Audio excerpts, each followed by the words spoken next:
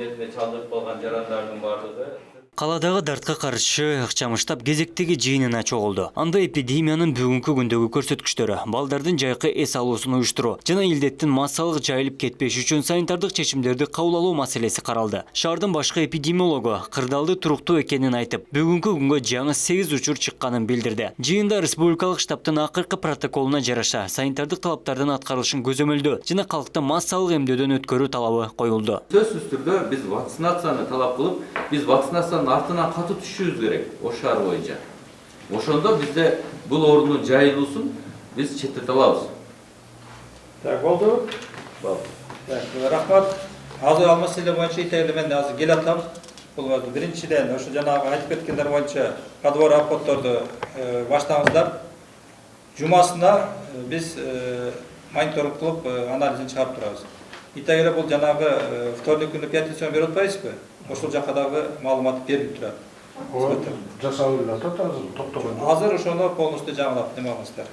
Андан кийин анда факт менен неме кылыңыздар да.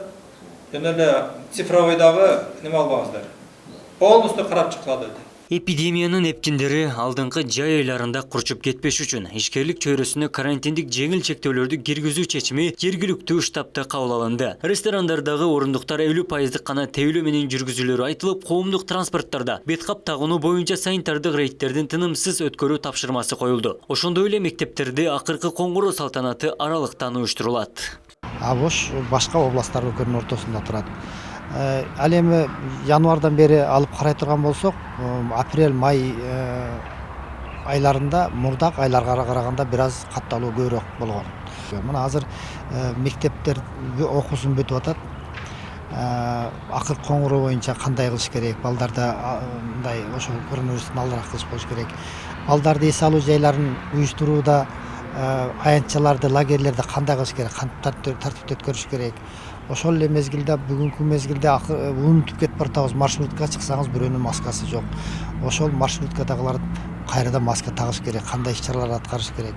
Катталып аткан оорулардын азыркы мезгилдегиси негизинен ички миграциянын арасында болуп атат. Шаарда бүгүнкү күнгө чейин ковид илдетине чалдыккандардын жалпы саны 3540ка жетти. Жаңы учур аныкталып жаткандардын көпчүлүгү жакынкы райондон келген жарандар болуп жаткандыгы тастыкталган. Кызыл зонада 25 бейтап дарыланууда. Анын ичинен 6 бейтаптын абалы өтө оор экени айтылды. Бир суткада 6 бейтап илдетти илештирип ооруканага жатса, 16 жаран ковидти жеңип чыккан. Бизде аныкталып жаткан жарандардын көпчүлүгү бул жакынкы райондордон келген, ички миграциядан келген жарандардан аныкталып жатат. Андан сырткары биздеги ковид илдетине чалдыккан жарандарыбыздын баары балдар инфекциялык ооруканасынын имаратында дарыланып жатышат. Бүгүнкү күндө 45 оорулуу жатат. Анын ичинен 6 оорулуу өтө оор абалда, 23 оорулуу бул оор абалда жатышат. Бардыгына медициналык жардамдар, тиешелүү медициналык жардамдар көрсөтүлүп, дарыланып жатышат. Бир суткада 6 бейтап жатты ооруканага. Ал эми дарыланып чыккан бейтаптардын саны 16 болду. Биздин май менен июнь айында ошо курчуп кетүү деген эпидемиологдордун айтышы боюнча ошондой мындай алдын алуу иштери жүргүзүлүп келген. Планда анализ, мониторинг жүргүзүлгөн. Биз ошону алдын алуу үчүн биз ушундай иштерди жасап атабыз. Ушундай чектөөлөргө барып атабыз. Биздин ресторан, тойканаларда дагы, кафелерде болсун, бардыгы ошол аянтчанын ошол кафе, тойкананын аянтчасынын 50%-не чейин ошол жерде иш-чараны ошо санитардык нормаларга ылайыктуу кылып алып баруу боюнча бүгүн чектөөлөр киргизилди. Мындан сырткары биздин ошол жүргүнчүлөр транспорттордо ошол жерлерде дагы ошо каралып, нормалар сактоо боюнча бизде каралып чыкты.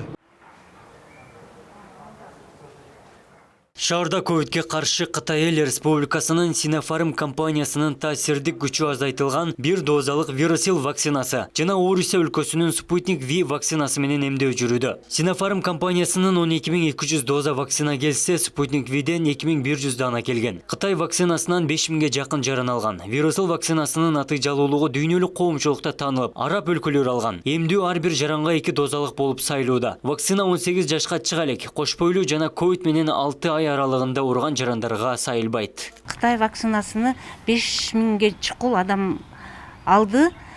Ал эми спутник вакцинасыны 500 адам алды. Бул алган вакцинадан кийин адамдардын состояниясы бул өтө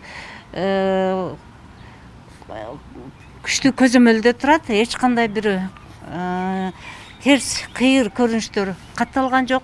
Баары жакшы алып өздөрүн сезип сезип атышат. Халкты вакцинациялоо жарандардын өз каалоосу менен акысыз жасалат. Пандемиянын мизин кайтаруу эмдөө менен гана ишке ашарын дүйнөлүк практика көрсөттү. Ал эми Кыргызстанда калкты толук эмдөөдөн өткөрүү үчүн бардык шарттар каралган. Өткөн жылдагы пандемиянын оор жоготуулары орун албаш үчүн санитардык талаптар күчөтүлүүдө. Бет кап тагынып вакцинадан өтүп, ковидти тез арада жеңүүгө салымыңызды кошуңуз. Абдумалик Базарбаев, Элемон Акбаев, Ош ТВ.